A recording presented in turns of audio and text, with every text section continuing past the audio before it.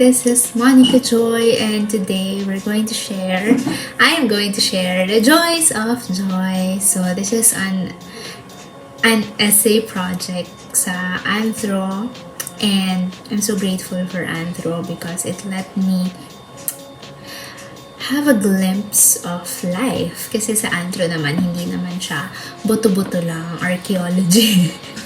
Yung mga typical na akala ng tao na buto-buto lang ang Anthro. But Anthro is really the holistic view of life. So we discuss different things that also we talk about the linguistic part of life, which is linguistic anthro. And today, we're going to focus on that kasi nga, ang topic ko ay development of parents' language as their child developed.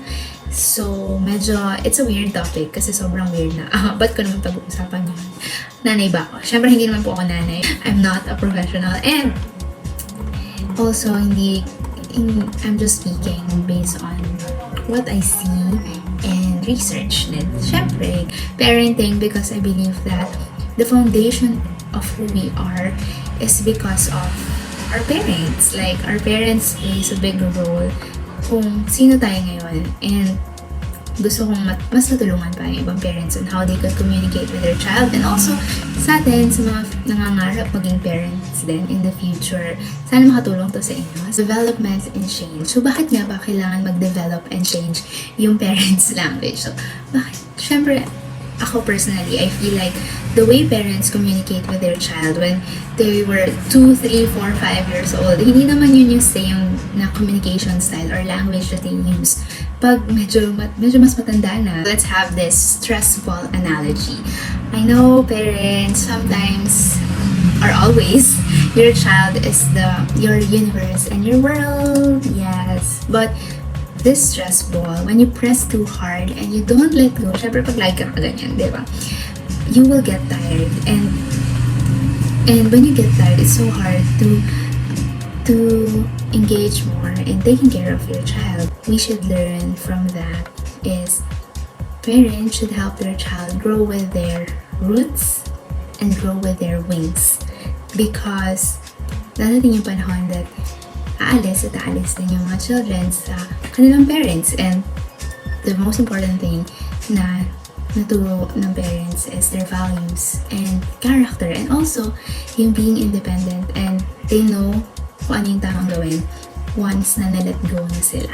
What are the 3 hats of parenting? Kasi itong topic na to na i-discuss ko, para siyang iikot siya sa 3 hats of parenting. So, itong 3 hats na to, medyo dalawa pala yung na-experience ko. Hindi ko pa na-experience lahat. Pero, I'll share it with you. So, the 3 hats of parenting are the controlling hat, coaching hat, and consulting hat. So, itong hats na to, hindi lang naman to sa language na language lang, ganun. But, this hats sa holistic view of parenting. The controlling hats are you give instructions consistently. So you control, not control, pero you control like, yeah, you do this, you do that. So medyo instructor mode, ganon. And then next is coaching hat. So for coaching, meron ka ba nakitang coach na nasa loob ng field?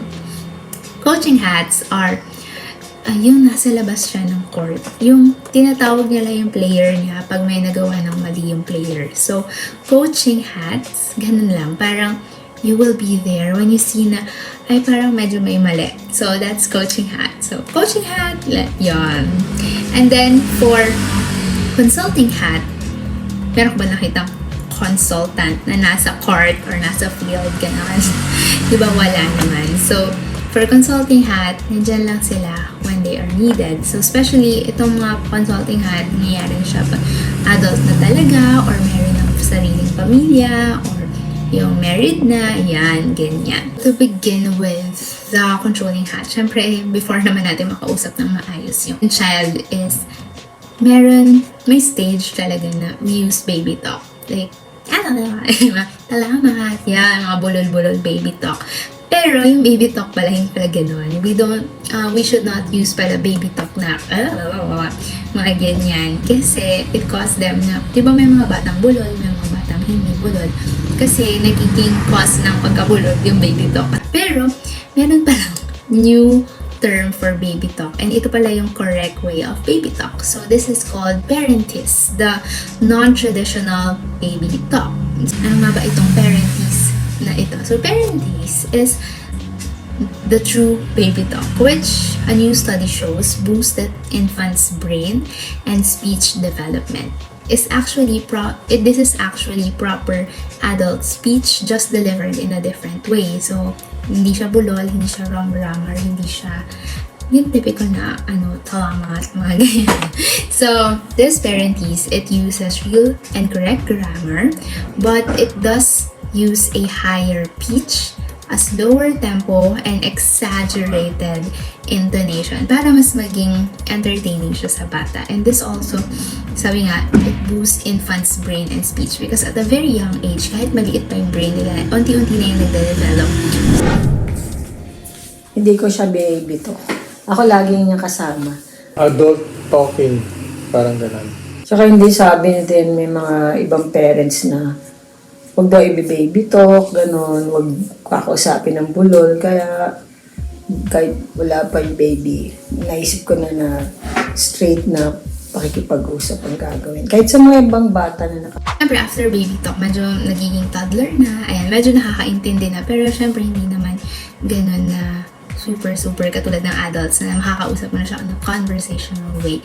So, at a very young age kasi, child has their language acquisition device.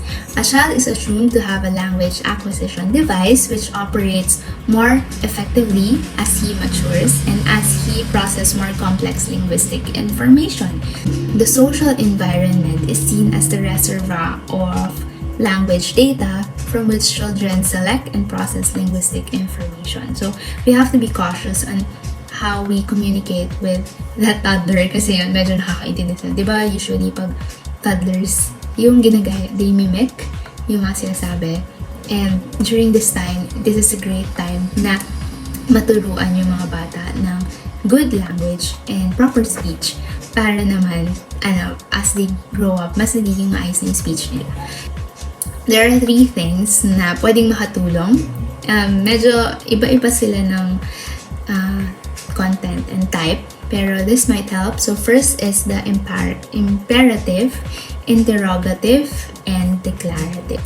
And another thing na aside from these 3 that is very helpful is imitation and expansion. So imitation is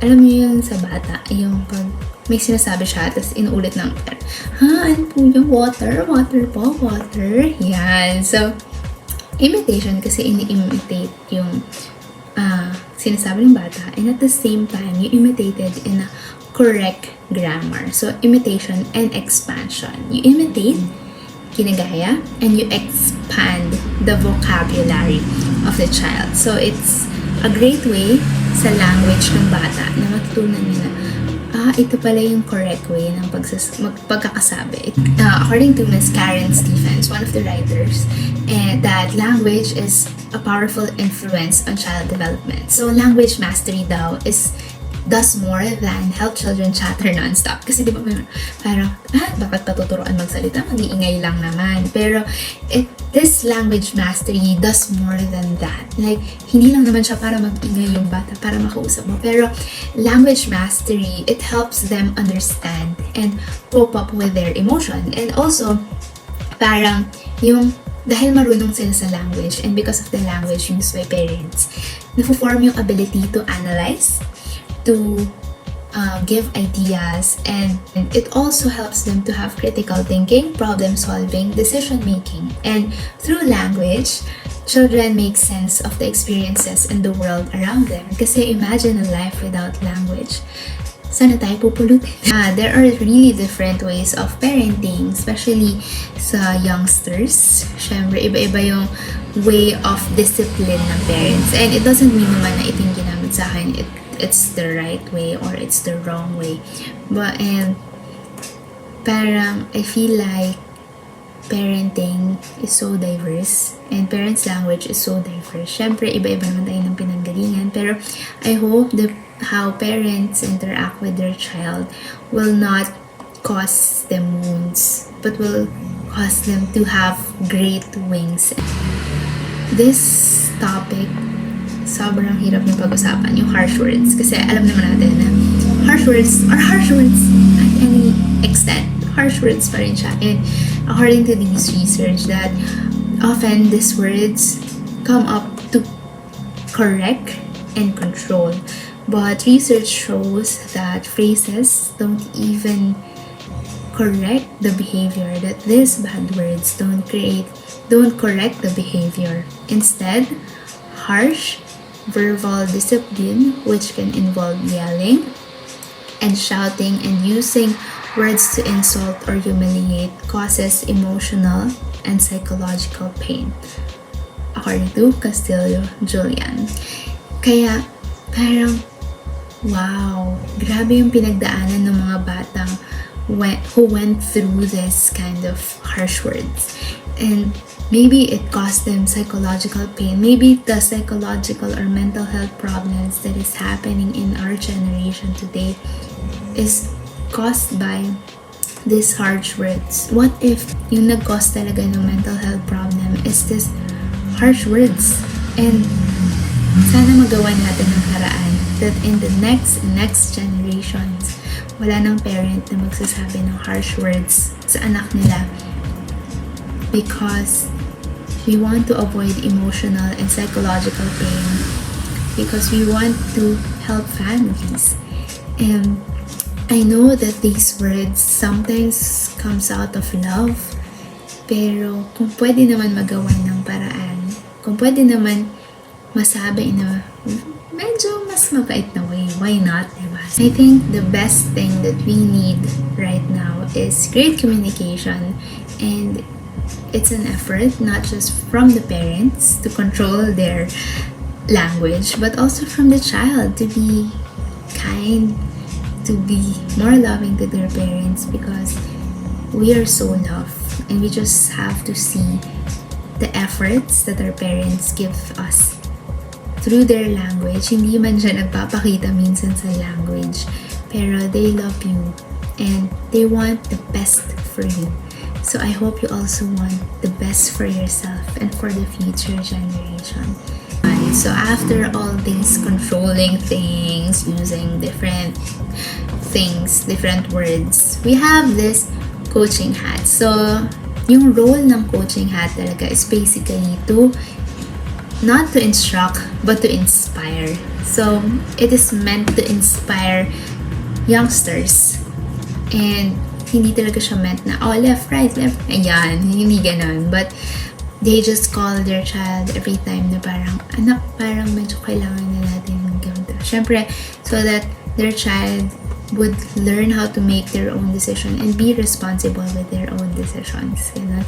Kaya gumagamit ng coaching hat, especially pag nagiging teenager na ganyan. And yun, once that they used coaching hat on me, I've learned how to be how to enjoy life, how to make my own decisions and be responsible with my own decision, but at the same time consider them as part of my life, kasi at the end of the day naman, hindi ko naman sila mabubura sa buhay ko, and hindi naman natin sila mabubura sa buhay natin, because they are still our parents and we have to honor them, we have to respect them, and we have to learn how to communicate with them and how to understand na iba talaga yung language natin sa language nila. They have a different generation with different language and with different ideas of how things work. Especially now that in our generation, meron tayong mga tech words. Yan yung mga SKL, SML, mga madami pang ang bago ngayon. Flex ko lang. Dami pa talagang bago ngayon na parang ako din, minsan hindi ko na rin alam how much more sila. Anong mga meaning nitong tech words na to? Okay, start tayo. Number 1. No idea. Hula. Friend request. For real? Next. BRB. Be right back. No idea. WDYM. Alam mo yun, di ba? What do you mean? Yeah. Hindi ko alam yan. No idea. NGL. No idea. Non-government leader. Not gonna lie. POV. Point of view. Yeah. Alam ko rin. Wow. Nakita natin ang point of view from parents' perspective. Ano naman masasabi niyo sa mga tech words? Gen Z words. Weird. Confusing. I have read these tips for communicating with your teens. So, medyo, medyo, ito yung pinaka nakita ko na bagay sa ating mga teens na ways of communication. So, yan, ito siya. Yan, so meron listen, validate their feelings, show trust, don't be a dictator, give praises, control your emotions, do things together, share regular meals, and be observant. So, ayan, tanongin natin kung from a parent's view, ano yung pinakamahirap gawin dito? Ano yung pinakamahirap and pinakamadali? Pinakamahirap yung validate their feelings. Parang minsan, ano ba to? Parang, ba't ganito nararamdaman? Isa pa, siguro nga din yung listen kasi I think sa explanation, yung sa tips, parang I tend to ask questions pag nakikita kong may problem o ano. Ang madali ay share meals. Lagi naman kaming magkasama. We do things together. Akin naman siguro, ang mahirap talaga is yung giving praise. Kasi ako, ang tendency is to see the mistakes. Madalas nakakalimutan ko ng pagbigay ng praise pagka tama yung ginawa. And ang madali is be observant. Ako kasi yung tipo ng tao na na behind the scene lang.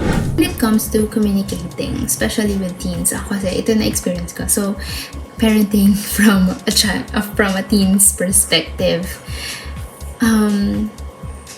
siguro teen just wants yung sense of independence, but at the same time with responsibility. Kaya I think Coaching Hat is really perfect for teens and really perfect sa generation ko, like me. Kasi it allows the child to explore, to learn, and to make decisions, which is very important, especially pag nag-adult na talaga. And like, magkaroon ng family.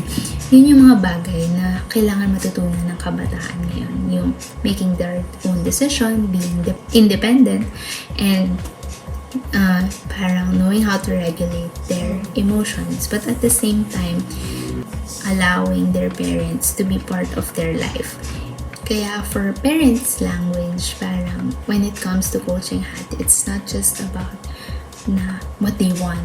I want you to be like this, I want you to be like that. Parang it's more of the language of parents, I think, should be more about knowing what their child want and helping them to reach that goal, or helping them kung tama ba tong path na to, or guiding them kung ano yung feeling nila would be best, but at the same time allowing their child to take that leap and take that decision.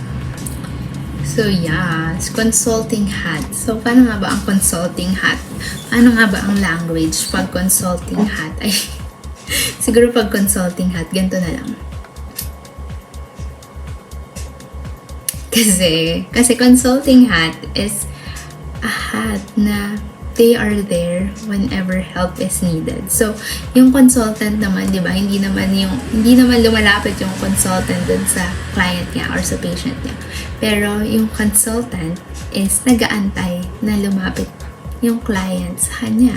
And ganun din sa consultant hat. Siyempre, pag consulting hat ka na, you have your own family na, or you're married, or you're really very old, ganun. So, yun. So, I think, I can't speak for parents, pero consulting hat is just waiting whenever help is needed, they are there. So yes, to wrap up this conversation, it's been a long podcast. It is a podcast, a video podcast and thing. I just want to thank everyone for still being here, and thank my parents for taking part in this project. Yeah, they are really my inspiration why I want to continue this project, because the way that they communicated with me really helped me in forming who I am today, and really helped me in doing life. Yon, kasi sobrang nakatulong din yung the way they communicated with me whenever meron mga problems na nangyayari sa life ko. It helped me to process my emotion and to process ideas because of the way they communicated with me. And I believe na hindi naman to nangyari lang in just a snap. It's a long journey of communication and development of parents' language as I develop. So, talagang sila yung naging foundation ng project na ito dahil sa good communication and language na ginamit nila sa akin, na I want to inspire na the future generation or youngsters na katulad ko, na it is possible that even though we are not perfect, we are far from being perfect. Like, sobrang dami naming mga arguments and talagang nangyayari sa bahay. We are not perfect. We make mistakes, pero we should never lose hope, because there is always hope in families, and there is always hope in creating a great home, and not just a house, but a home filled with love. And we just have to be mindful with the language that we use and how we communicate with one another. Kaya nga we have linguistic like anthropology is everything, but linguistic anthro is an approach to study language that focuses on the relationship between language, society, and culture. And parenting is part of this, because our society, who we are, is because of our parents. So, yan, hopefully this project will help not just my grades, but also will help families in the future, and help families have good relationship with one another. But I just want to remind everyone that using language as a parent and as a child, parang effort siya ng pareho. Hindi lang siya effort ng parents na using different hats, using this hat and this hat, developing their language. But it's also the effort of the child to appreciate and to be responsible with their language and how they communicate with their parents, because at the end of the day, they are still our parents, and we have to learn how to communicate with them with honor and respect, so that we could create a happy home with a happy family.